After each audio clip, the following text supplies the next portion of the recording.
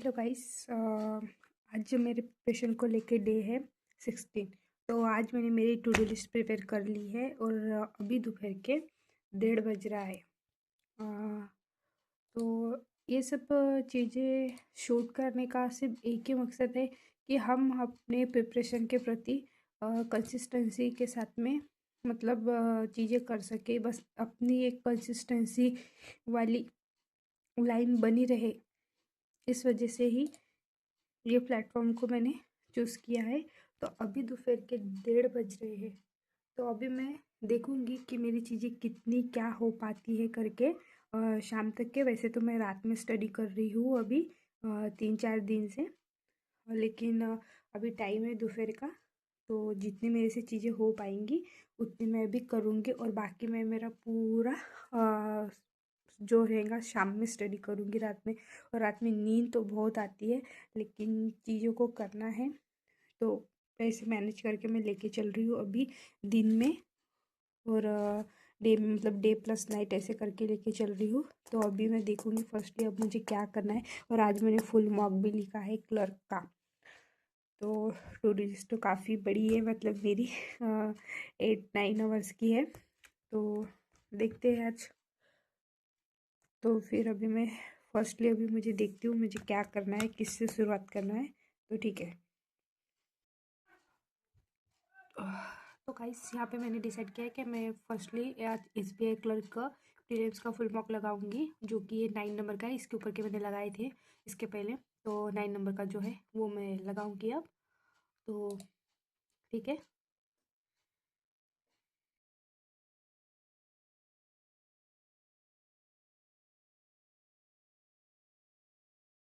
तो गाइस यहाँ पे फिर मैंने मॉक स्टार्ट कर लिया था और SBI क्लर्क का मॉक फिर मैंने यहाँ स्टार्ट किया, मतलब देना।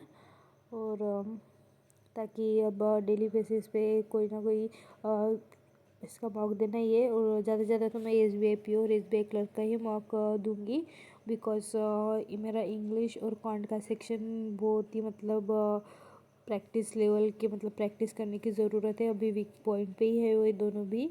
और ये वाले मॉक में फिर रीजनिंग की भी स्पीड मेरी कम हो गई है, और बिकॉज अभी मैं रीजनिंग की प्रैक्टिस नहीं कर रही हूँ तो उसकी भी स्पीड कम हो गई है। लेकिन कोई ना, वो तो फिर प्रैक्टिस करते करते तो फिर उसके मार्क्स अच्छे बन जाते हैं रीजनिंग के। इसीलिए अभी मुझे ज़्यादा से ज़्यादा इंग्लिश और कॉन्ट पे फोकस करना है, ताकि मुझे आगे ये दो सब्जेक्ट को लेके प्रॉब्लम ना हो। इसलिए फिर मैं अभी मॉक के थ्रू भी इस प्रैक्टिस करने की कोशिश कर रही हूँ, और ताकि फिर हमारी मॉक से भी प्रैक्टिस होती, ताकि जो चीज़ हमारी अभी मॉक में नहीं बन रही है बाद में हम एनालिसिस में उसको देख एनालिसिस करके वो चीज़ें फिर हमारी क्लियर हो जाती है। तो इसी वजह से फिर मैं ये मॉक को भी इसलिए मैंने चूज़ किया है कि मॉक के थ्रू प्रैक्टिस हो जाए, और जो जो क्वेश्चन के कंसेप्ट है वो कंसेप्ट हमारे मॉक से एनालाइज होके मतलब हम कर सकते हैं। तो इसी वजह से फिर आप भी डेली बेसिस पे, अगर आप सिलेबस कंप्लीट हो गया तो मॉक देख के आप प्रैक्टिस करो मॉक के थ्रू भी, क्योंकि अभी बिकॉज फिर उसके बाद में हमें मॉक से ही प्रैक्टिस करना है। तो इसलिए अभी थोड़ी बहुत मॉक की भी हमें हैबिट होनी चाहिए। तो फिर यहाँ पे मेरा इंग्लिश का हो गया था, फिर उसके बाद मेरा कॉन्ट का सेक्शन चालू हो गया था। तो फिर मैं कॉन्ट का सेक्शन कंप्लीट कर रही थी। तो इसके अंदर भी फिर ये डी आई थी, तो ये तो क्लर्क लेवल की थी, तो इसके अंदर ज़्यादा डिकोड तो कुछ करना ही नहीं था क्लर्क के अंदर। फिर जो इजीली कैलकुलेशन थी वो बस मैं कैलकुलेशन कर रही थी। लेकिन जो रीडिंग है वो रीडिंग की हैबिट भी होना बहुत ज़रूरी है, बिकॉज हमें रीडिंग करने में ही ज़्यादा टाइम लग जाता है, तो फिर वो क्वेश्चन का टाइम निकल जाता है। तो इसी वजह से फिर ये इसकी चीज़ों की हैबिट बन सके, ऐसी प्रैक्टिस करो। तो गाइस 1 आवर्स कंप्लीट हो गए हैं और मेरा मॉक कंप्लीट हो गया है। और ये मेरा रहा ये मॉक का। मैंने ज़्यादा ज़्यादा इसमें रीजनिंग के लिए यूज़ किया और ज़्यादा थोड़ा बहुत क्वांट के लिए यूज़ किया था बस। और ये मॉक मेरे मार्क्स इतने कुछ खास आए नहीं है, बिकॉज रीजनिंग की भी प्रैक्टिस डेली हो नहीं रही है।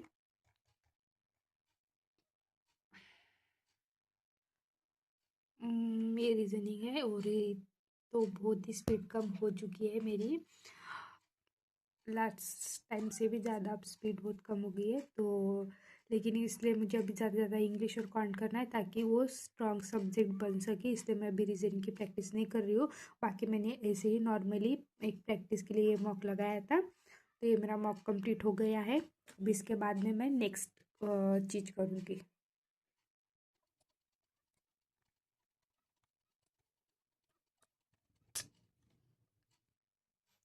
तो गाइज अभी 2:45 हो चुके हैं और मैंने आज डिसाइड किया था कि अब मुझे मेंसुरेशंस 2D एरिया एंड पैरामीटर ये वाली क्लास करना है, बिकॉज मैंने ये वाले जो टॉपिक है ये कभी किए ही नहीं है।